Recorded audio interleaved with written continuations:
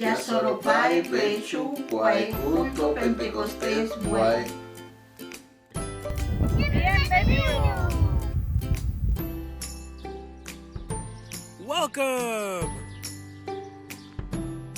Olá, irmãos! Sejam todos bem-vindos! Ongi etorri! Bruhim Habaim! Tervetuloa!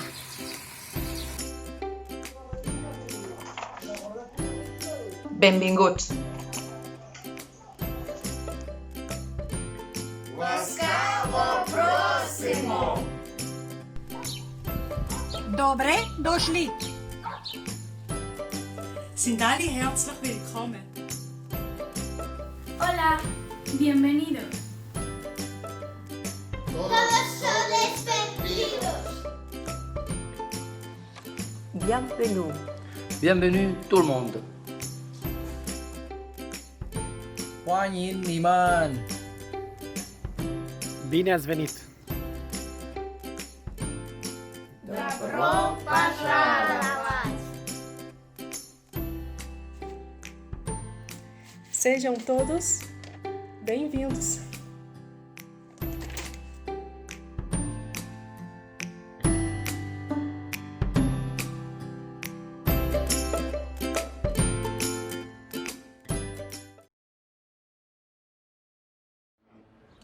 Una de las bendiciones de estar en una ciudad y en una iglesia como las de Salamanca es que, de alguna manera, cada domingo anticipamos lo que será esa escena final en la que personas de toda lengua, linaje, tribu, nación se postran en adoración delante del Cordero.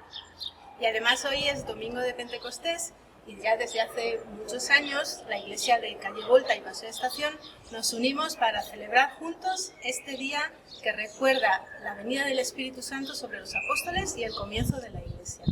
Y no queríamos que este año nos perdiéramos esa oportunidad. Seguimos teniendo nuestro culto en Paseo de la Estación a través de las redes sociales. Hoy hemos venido aquí para poder grabar esta bienvenida, pero queríamos unirnos con nuestros hermanos en Calle Volta para poder celebrar este día. Así que en el culto de hoy tendremos participaciones de...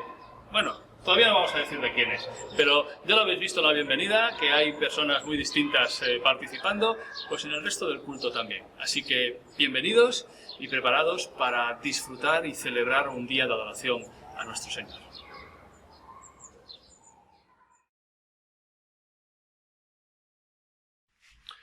Hay algo que venimos hablando de ello estos días durante toda esta situación. Se viene comentando en algunas reuniones y además estamos agradecidos y lo hacemos a través de la oración, que son las nuevas tecnologías. Gracias a estos medios nos permite estar conectados, estar juntos en comunidad, nos permite orar, alabar, oír su palabra y además hace las veces de local de reunión. Nuestra casa puede ser incluso la capilla. Y estamos, en nuestra iglesia nos sentimos abrazados, nos abrazamos en alabanza. Y de alabanza quería hablaros, porque si os dais cuenta, la semana pasada Rubén nos enseñó una nueva alabanza, la bendición, y esta alabanza se está cantando en muchísimos países, está en muchos idiomas, Latinoamérica, Estados Unidos, Reino Unido, Sudáfrica, Zimbabue, Australia, no sé, prácticamente en todos los países, ¿no? Y a mí me llena de emoción, me llena de gozo, de alegría oír tantos cristianos cantando y alabando a Dios. Es maravilloso. Y gracias a estos medios podemos oírlo y podemos verlo. Si os parece, vamos a leer el Salmo 117, que es el salmo, como todos sabéis, más corto. Y yo lo voy a leer porque aunque seguro que Florentino, seguro que Antonio Romero, Lidia, Josefa, Severiano, bueno, seguro que todos ellos se lo saben de memoria. pero yo no quiero equivocarme. Alabad al Señor, naciones todas, alabadle, pueblos todos, porque grande es su misericordia para con nosotros, y la fidelidad del Señor es eterna. Aleluya. Este salmo es un salmo de invitación universal para alabarle, para alabar a nuestro Padre, por su misericordia, por cuántas veces ha tenido piedad de su pueblo y sobre todo también por su fidelidad. A mí me parecería increíble, no sé qué os parece a vosotros, si pudiéramos a una sola voz cantar una alabanza a todos los cristianos. Creo que produciríamos ondas sísmicas, seguro, por lo menos. Bueno, ahora no vamos a producir ondas sísmicas, pero nos vamos a poner de pie y puede que algún vecino incluso nos diga qué pasaba ahí, o eso dependerá de vosotros, de lo fuerte que queráis cantar. Vamos a hacerlo de pie porque hoy es un día especial y además vamos a hacerlo como si estuviéramos en la capilla, todos juntos. Pueblos, alabadle.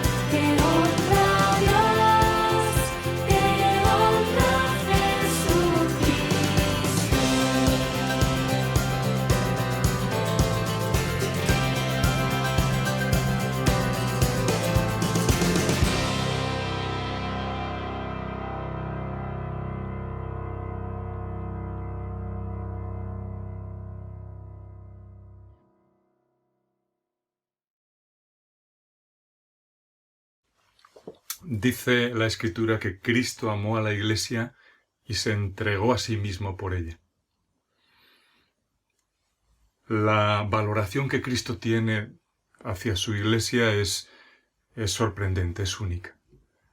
Él fue capaz de descender del cielo, de entregarse a morir en una cruz, con el fin de crear, de formar un grupo de personas a las que Él amó de una forma tan profunda, que no solamente dio su vida por ellos, sino que quiso y quiere compartir con ella, con la Iglesia, con nosotros. Quiere compartir la eternidad. Si el Señor Jesucristo tuvo esa visión, ese amor, esa entrega hacia la Iglesia, ¿cuánto debe valer la Iglesia? ¿Cómo podremos valorarla? La Iglesia universal, es decir, el conjunto de todos los creyentes, pero en concreto el conjunto de todos los creyentes, en principio, de una forma más cercana con los que yo puedo relacionarme ahora. Me admira el apóstol Pablo, que dice que con gusto se daría él mismo y daría su vida por completar esa obra, por completar lo que Cristo empezó en llamar, en atraer hacia sí a un pueblo tan especial. Cristo amó a la Iglesia, se entregó por ella, por lo tanto, esto es, somos, sois de tanto valor que merece la pena tener en la más alta consideración este gran regalo, un regalo eterno, un regalo del que participamos, la Iglesia de Dios.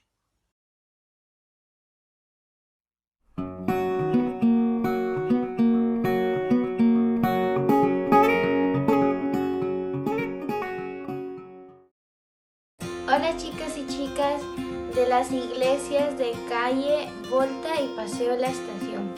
Hoy hemos preparado una historia para este domingo especial, aunque en realidad son dos historias de la Biblia.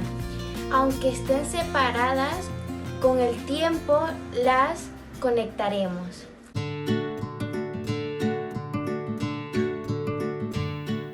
Había una vez una gran torre.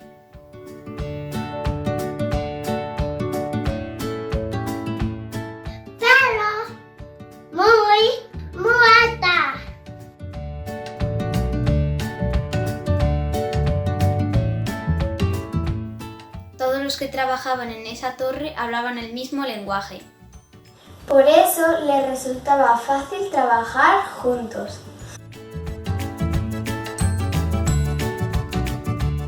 Pero a medida que la torre crecía y crecía, creía que podía alcanzar el cielo. Cada vez estaban más orgullosos de su obra. Se olvidaron de quién los había hecho a ellos, incluso olvidaron de que el gran constructor era Dios. Dios vio lo que estaban haciendo, incluso lo que había en su corazón, así que bajó a confundir su lengua.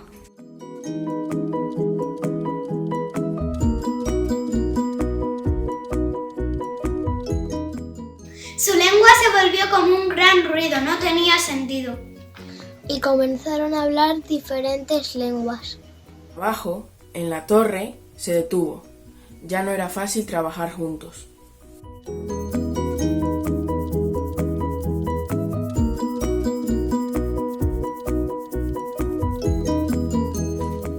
La torre cayó y se le llamó la Torre de Babel, que significa confusión.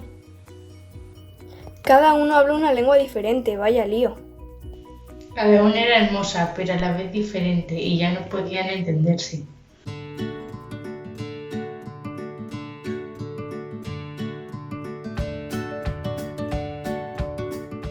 La gente se marchó de ese lugar y dejaron atrás la Torre de Babel. Miles de años pasaron.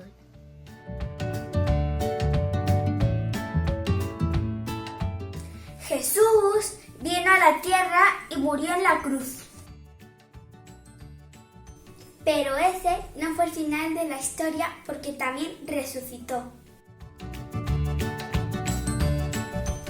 Durante un tiempo aún estuvo con los que le habían conocido. Le seguían viendo y no querían dejarle ir. Luego, un día sucedió algo increíble. Los discípulos estaban en Jerusalén. Pedro, Jacobo, Juan, Andrés, Felipe, Bartolomé, Mateo, Tomás, Jacobo el menor, Simón y Judas Tadeo.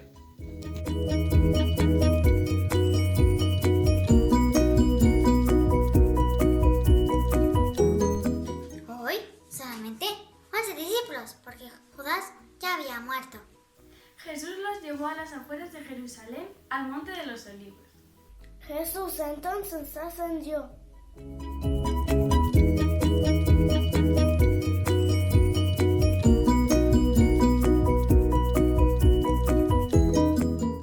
Muy pronto el Espíritu Santo vendría. Los 11 volvieron a la ciudad. Estaban muy contentos y fueron al templo a orar. Luego fueron al aposento alto y con la ayuda de Dios decidieron que Matías ocuparía el lugar de Judas.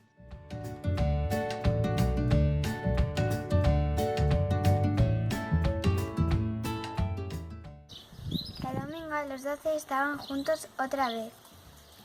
De repente hubo un ruido como de una ráfaga de viento fuerte en donde estaban. Espíritu Santo. ¿El Espíritu Santo? ¡Era el Espíritu Santo!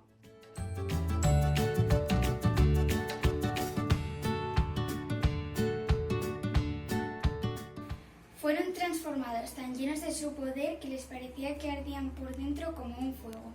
Parecía que la lengua les quemaba en la boca. Estaban tan emocionados que cuando salieron a la calle la gente empezó a preguntarse qué estaba pasando.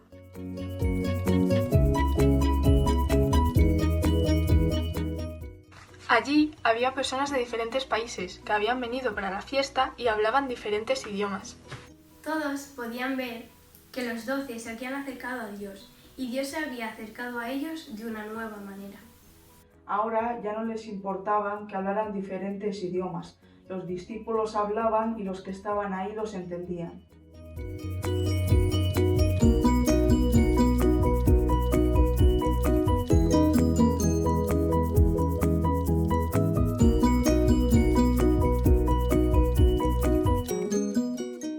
Los discípulos se convirtieron en apóstoles.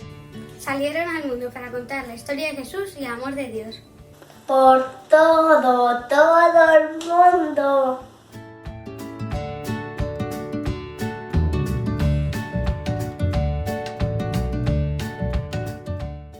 Este fue el primer Pentecostés cristiano, pero no fue el final de la historia.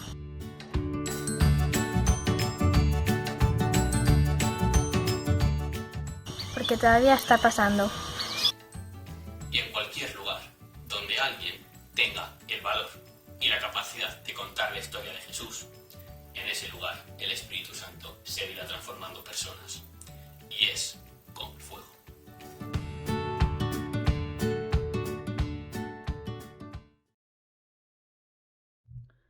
Buenos días, hermanos. En un día tan especial como es hoy, el día de Pentecostés, saber que haces parte de la Iglesia Universal de Cristo es algo maravilloso. Para mí, saber que hago parte de la Iglesia Universal de Cristo es un privilegio. Saber que hago parte de la Iglesia Universal, que es el conjunto de cristianos de todo el mundo y de todos los tiempos. Saber que Dios es el único Dios verdadero del pasado, del presente, del futuro, y el Dios único de cada nación, de cada cultura, de cada carácter, de cada persona, es algo que me maravilla y me da la seguridad que necesito en confiar en Él y saber que no estoy equivocada en amarle, seguirle y entregarme a Él. Me gustaría leer Efesios capítulo 4 del 4 al 6, donde aquí Dios nos habla de ser un mismo cuerpo y un mismo espíritu en Él. Efesios capítulo 4, del 4 al 6. Un cuerpo y un espíritu, como fuisteis también llamados en una misma esperanza de vuestra vocación. Un Señor, una fe, un bautismo, un Dios y Padre de todos, el cual es sobre todos y por todos y en todos. Qué maravilloso, hermanos, saber que somos y estamos unidos en un mismo cuerpo y en un mismo espíritu en Dios, en la Iglesia Universal que formamos todos los creyentes. Amén.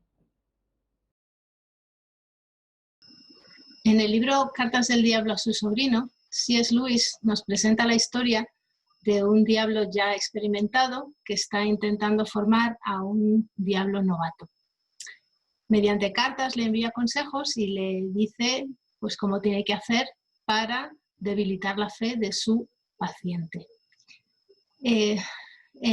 Una de las cosas que le dice que tiene que hacer es intentar que nunca tenga una visión de la Iglesia Universal.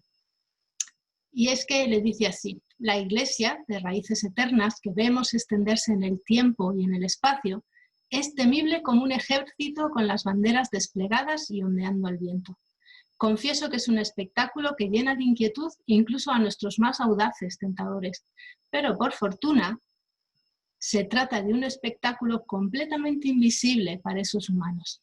Y es que es verdad que nos cuesta tener una perspectiva de la Iglesia Universal. Recuerdo la primera vez que a mí me pasó. Estábamos en una reunión de GBU en Europa con gente de pues, todos los países de Europa e incluso de otros países, y estábamos todos cantando en diferentes idiomas, pero unidos por una misma melodía. Fue una experiencia estremecedora. Y después, con el tiempo, resulta que he venido a formar parte de una iglesia donde hay gente de muchísimas nacionalidades diferentes, que me permite tener una perspectiva de que la obra de Dios es algo mucho más grande en el espacio y en el tiempo de lo que vemos en el momento presente. Para mí es de muchísimo valor saber que es así y que la Iglesia de Dios no tiene fronteras y que formamos parte de algo que no depende de nuestras debilidades personales. Es una iglesia que Dios sigue construyendo y que Él ve con una perspectiva eterna. Un saludo fraternal y cariñoso, queridos hermanos y hermanas de Salamanca.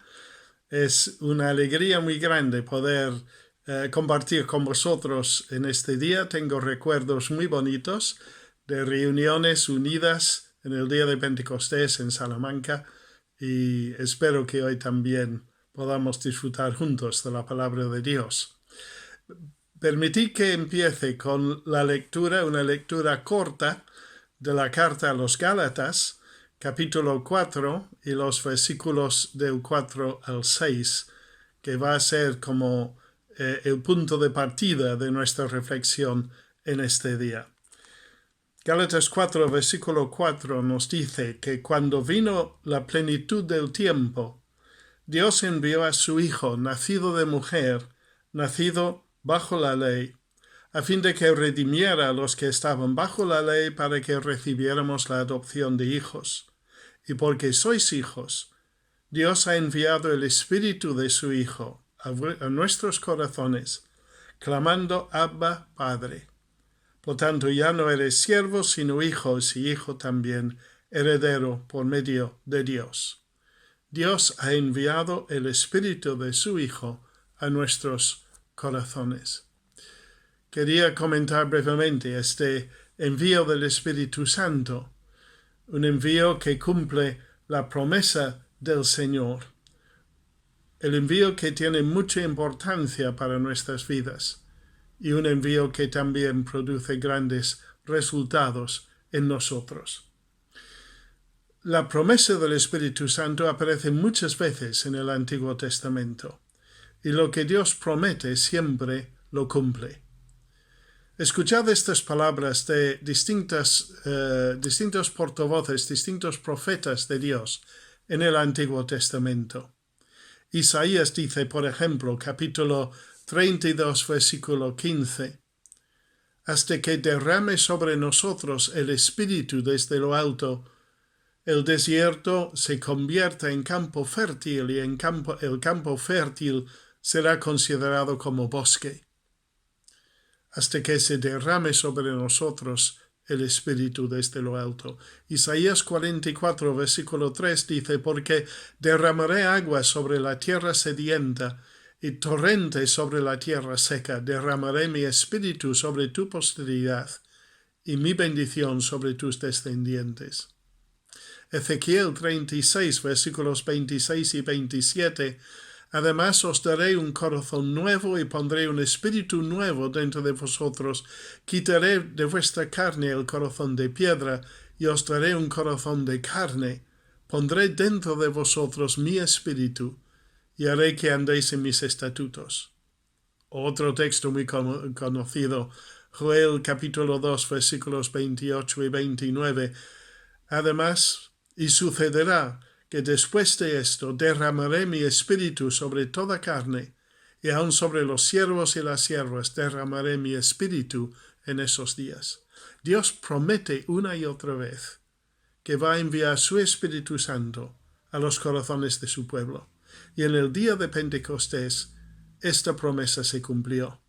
Dios envió al Espíritu de su Hijo a los corazones de los que habían creído en el Señor Jesucristo como Salvador, y esta promesa sigue siendo válida para nosotros en el día de hoy. ¿Cuál es la importancia de la venida del Espíritu? Bueno, necesitaríamos un estudio bíblico extenso para hablar de todo esto. Pero quería haceros una pregunta. En tu opinión, ¿para qué vino Jesucristo al mundo? ¿Para cumplir la misión que le había encomendado el Padre? ¿Para ir a la cruz y morir allí por nosotros? ¿Para buscar el perdido? ¿Para salvar a los pecadores? Todas estas respuestas son muy correctas, muy legítimas. Pero es interesante que cuando Juan el Bautista hablaba del Señor Jesús, señalaba repetidas veces otro propósito de la venida del Señor. Decía que Él venía para bautizar en el Espíritu Santo. Así lo dice en los 3 evangelios sinópticos que repiten la misma frase, que el Señor Jesucristo vino a bautizar en el Espíritu Santo. Y el evangelista Juan en su evangelio repite lo mismo. Ese es el que bautiza en el Espíritu. Juan, el que bautiza, como literalmente le llama Marcos, habla de Jesús, el que bautiza. Aunque los bautismos son muy diferentes. El bautismo de Juan era un bautismo de agua, simbolizando un espíritu de arrepentimiento y el deseo de limpieza espiritual. Pero Jesús bautiza en el Espíritu Santo. Es un bautismo de poder transformador. Es interesante también cómo Juan el Bautista nos llama la atención a 2 aspectos fundamentales del ministerio del Señor Jesucristo. En Juan 1 le habla en primer lugar, o le describe en primer lugar, versículo 29, a Jesús como el Cordero de Dios que quita el pecado del mundo. Pero pocos versículos más tarde habla del Hijo de Dios que bautiza en el Espíritu Santo. El Cordero de Dios que quita el pecado del mundo, el Hijo de Dios que bautiza en el Espíritu Santo. Y haciéndolo así, enfatiza, resalta 2 aspectos fundamentales de la obra del Mesías, de la obra del Señor Jesucristo. En su libro El bautismo y la plenitud del Espíritu Santo, John Stott escribe esto. Dice, descubrimos que la obra peculiar de Jesús es una obra doble. Entraña una remoción y una dádiva, un quitar el pecado y un bautizar con el Espíritu Santo. Estos son los 2 grandes dones de Jesucristo nuestro Salvador. Quitar el pecado y bautizar en el Espíritu. Y probablemente damos más importancia, o mencionamos más por lo menos, a esta primera faceta de la obra de Jesús. Hablamos muy correctamente mucho de la cruz, de la salvación por medio de la entrega de Cristo en el Calvario, del perdón de pecados que allí consiguió, la cruz está en el centro de mucho de lo que decimos, y correctamente.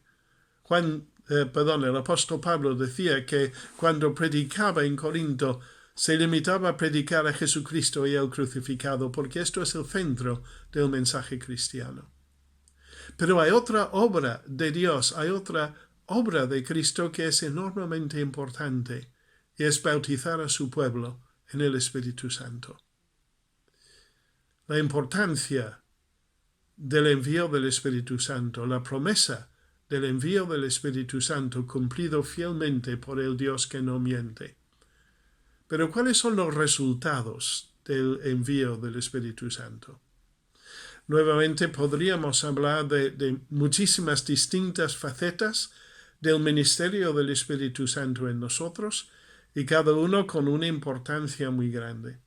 Pero en este corto tiempo devocional me gustaría limitarme a un solo aspecto del ministerio del Espíritu Santo.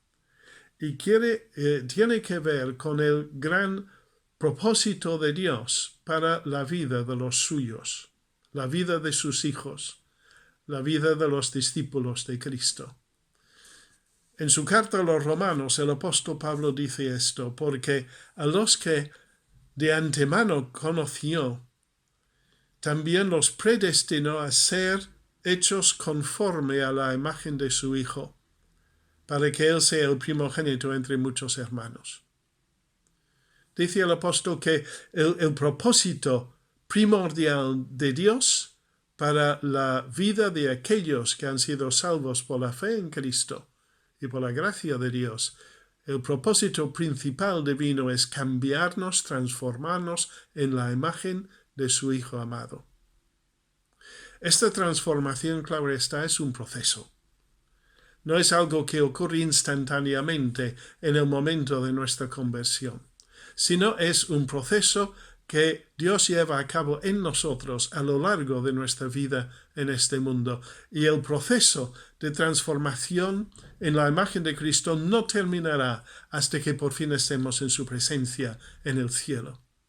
El apóstol Juan escribe, 1 Juan 3:2, Amados, ahora somos hijos de Dios, y aún no se ha manifestado lo que habremos de ser, pero sabemos que cuando Él se manifieste, seremos semejantes a Él, porque le veremos como Él es.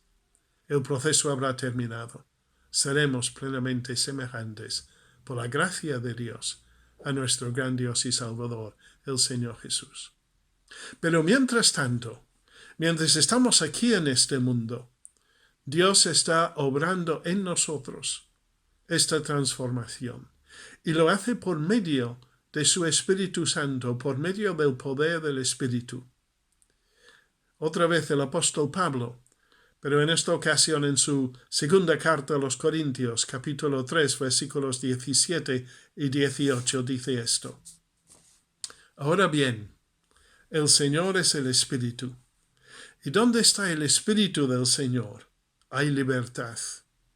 Pero nosotros todos, con el rostro descubierto, contemplando como en un espejo la gloria del Señor, estamos siendo transformados en la misma imagen de gloria en gloria, como por el Señor, el Espíritu. Pablo dice que quien se encarga, por así decirlo, si me permitís la expresión, de este proceso de transformación en nosotros es el Señor, es el Espíritu Santo. El Espíritu tiene libertad para poder cambiar y transformar nuestras vidas en la imagen de Cristo. Y esto se realiza por medio de la contemplación del Señor Jesús. Nosotros todos con el rostro descubierto, contemplando como en un espejo la gloria del Señor, estamos siendo transformados en la misma imagen de gloria en gloria, como por el Señor el Espíritu. Ahora, esta contemplación no debemos pensar en ella como si fuera una experiencia, digamos, mística, subjetiva, algo desgajado totalmente de la revelación bíblica, algo muy esotérico. No. La contemplación del Señor Jesucristo es algo que realizamos a través de la palabra de Dios. Santiago utiliza la imagen de la palabra de Dios como un espejo y nos dice que al leerlo vemos reflejado en este espejo aquello que Dios quiere cambiar en nuestras vidas, en Santiago capítulo 1. Pablo aquí utiliza la misma idea, que la palabra de Dios es un espejo, pero nos dice que cuando miramos en el espejo de la palabra, vemos al Señor Jesucristo, contemplamos su gloria. Y eso es lógico, porque a fin de cuentas es la palabra de Dios que es el instrumento que utiliza el Espíritu Santo para transformar nuestras vidas. Es el instrumento primordial en este proceso de ser transformado en la imagen de Cristo. Os acordáis muy bien que en Efesios capítulo 6, versículo 17, el apóstol dice: tomad la espada del Espíritu, que es la palabra de Dios. El instrumento que utiliza el Espíritu Santo para transformarnos en la imagen de Cristo es la misma palabra del Señor.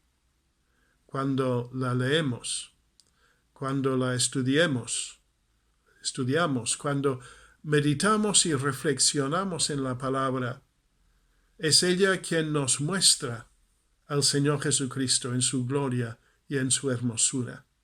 Y el Espíritu utiliza esta experiencia de ver y conocer y entusiasmarnos y alegrarnos mucho en la persona del Señor Jesucristo. Esto es lo que el Espíritu Santo utiliza para transformar nuestras vidas en su imagen. Quizás una ilustración de esta realidad tuvo lugar en el camino de Emaús después de la resurrección del Señor Jesús, cuando el Señor, caminando, abría las Escrituras a aquellos dos discípulos, comenzando por Moisés, dice Lucas 24, y continuando con todos los profetas, les explicó lo referente a él en todas las Escrituras. Allí es el mismo Señor Jesucristo que revela a los dos discípulos caminando hacia Emaús todo lo que las Escrituras del Antiguo Testamento decía acerca de él. Y un poco más tarde, estos dos discípulos dicen: ¿no ardía nuestro corazón en nosotros cuando nos hablaba en el camino, cuando nos abría las Escrituras?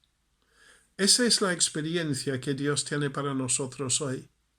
Cuando contemplamos, no solo en el Antiguo, sino también en el Nuevo Testamento, todo lo que la Biblia nos refiere acerca del Señor Jesucristo. Nuestro Maestro en este caso no es el Señor Jesús, ya ascendió y está en el cielo. Nuestro Maestro ahora es el Espíritu Santo, que nos revela a Cristo, que nos transforma en su imagen. ¿Te pareces a Jesús?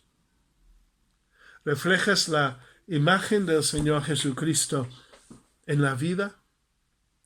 ¿Te acercas una y otra vez, día tras día, a las Escrituras para leer, reflexionar, meditar y abrir así la puerta para que el Espíritu Santo pueda llevar a cabo esta obra de transformación en nuestras vidas? ¿Parecemos a Jesús?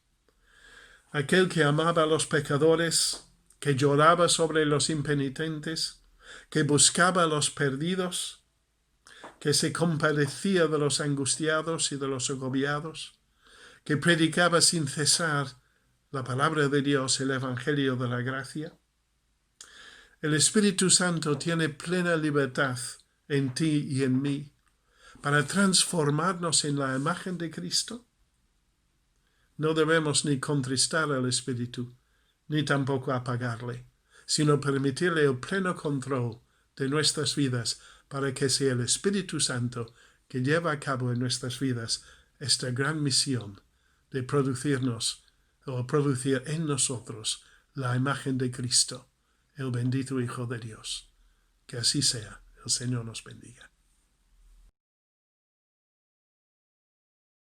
Zaqueo era un hombre marcado por quién era y cómo era. Era jefe de los publicanos y sabemos que un poco ladronzuelo y además era muy bajito. Zaqueo quería ver a Jesús y se olvidó de la dignidad de su cargo y de lo que otros pudieran pensar sobre su estatura y escaló un árbol para poder ver a Jesús.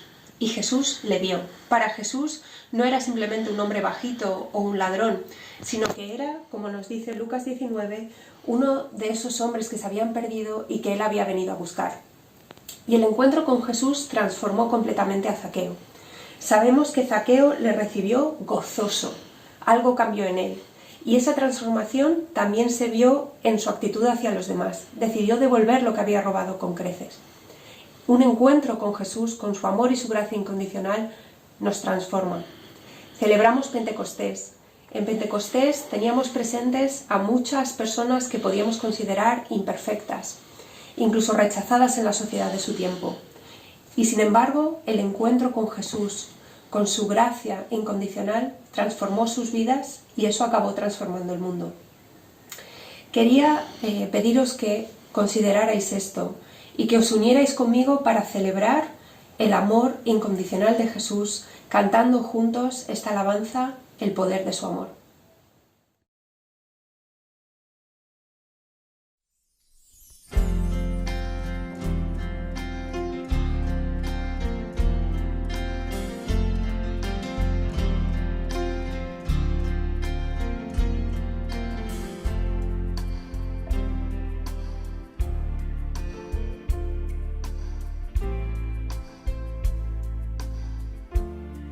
Por la gracia que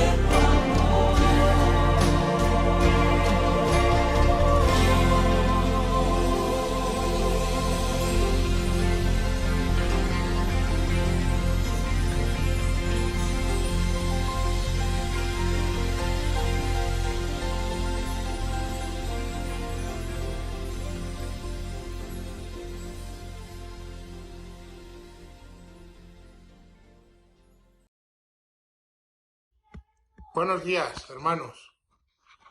Bueno, pues aquí estoy intentando hacer un vídeo para poder contestar a la pregunta que me han hecho. ¿Qué implica para ti el saber que formas parte de la Iglesia Universal?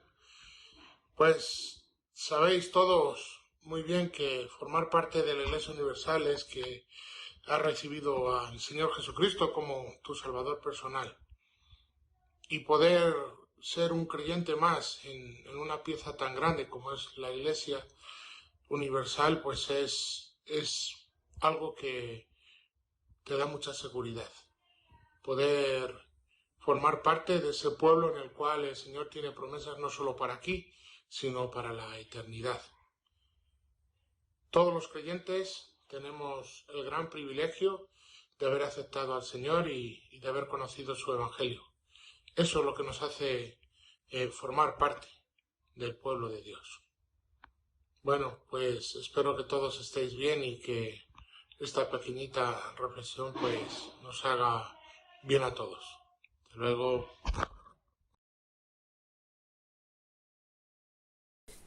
Hermanos, llegamos al momento de participar de los símbolos del pan y del vino, haciendo memoria de la obra que hizo el Señor. Y tal como nos dice 1 Corintios capítulo 11, estamos aquí para recordar, para anunciar la muerte del Señor, pero también proclamar su resurrección en espera de su venida. Porque yo recibí del Señor lo que también os he enseñado, que el Señor Jesús, la noche que fue entregado, tomó pan y habiendo dado gracias lo partió y dijo: tomad, comed, esto es mi cuerpo, que por vosotros es partido. Haced esto en memoria de mí. Asimismo tomó también la copa después de haber cenado, diciendo: esta copa es el nuevo pacto en mi sangre. Haced esto todas las veces que la bebierais en memoria de mí. Así pues, todas las veces que comierais este pan y bebierais esta copa, la muerte del Señor anunciáis hasta que Él venga. Hoy tenemos el privilegio de estar aquí participando juntamente en comunión con los hermanos de calle Volta y Paseo de Estación de aquí de Salamanca, y nos gozamos de poder hacer memoria todos juntos de lo que el Señor ha hecho por nosotros. Así que, hermanos, vamos a participar dignamente, tal y como nos dice la palabra. Vamos a dar gracias por los símbolos y después pues podemos participar de ellos. Va a dar gracias Dori y luego después, a continuación, pues participaremos nosotros. Señor, queremos venir delante de ti y por medio de estos símbolos recordar el pacto que tú has hecho con nosotros, Señor, un pacto a través de la sangre de tu Hijo, Señor, que nos ha hecho hijos tuyos, que nos ha justificado y que nos ha salvado. Queremos realmente, Señor, entender mucho más de lo que ha significado esta entrega por nosotros para poder participar, Señor, con más gratitud en nuestros corazones. Ayúdanos a hacerlo. Señor, queremos acercarnos ahora a estos símbolos y hacerlo con gratitud y hacerlo además en el nombre de Jesús. Amén. Amén.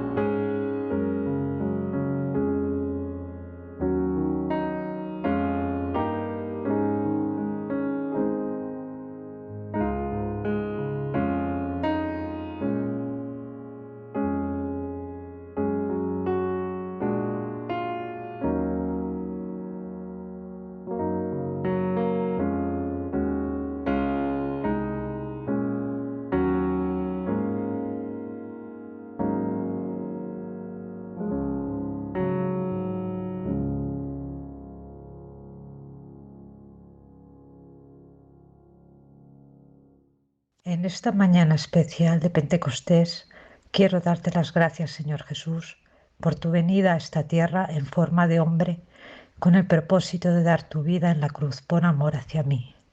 Gracias por la salvación que nos has dado. Gracias, Padre, por tu cuidado en todo momento y situación.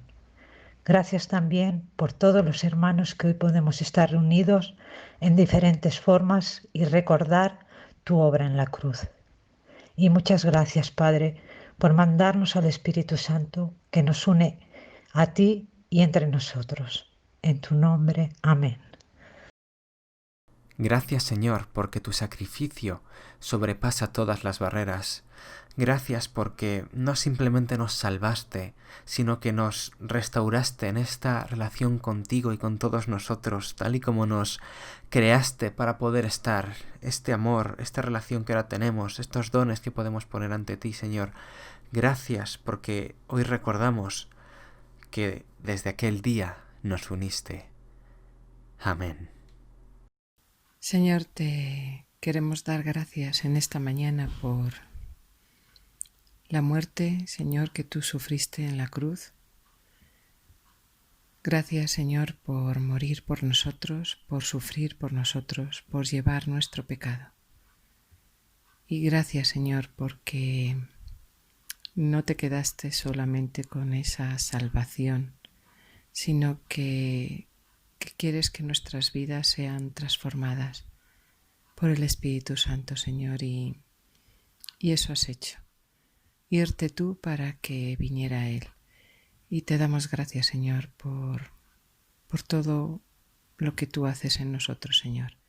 Gracias por el Espíritu Santo que nos guía, nos acompaña, nos guarda, Señor, y nos da fuerzas para seguir adelante, Señor, y hacer las cosas correctamente.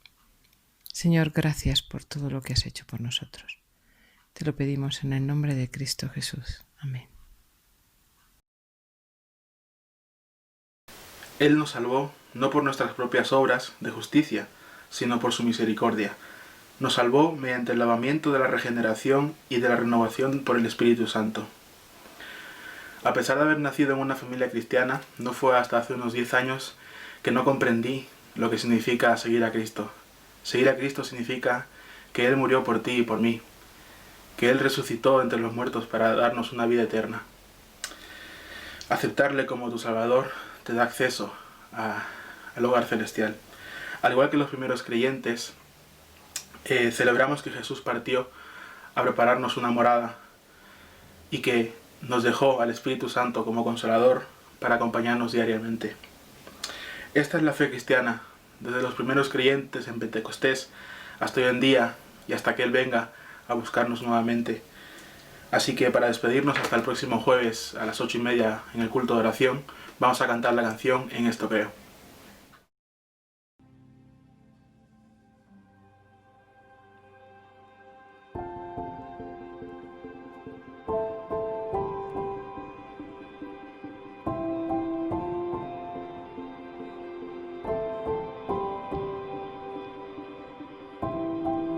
Mi Dios y Padre eterno, autor de la creación, poderoso,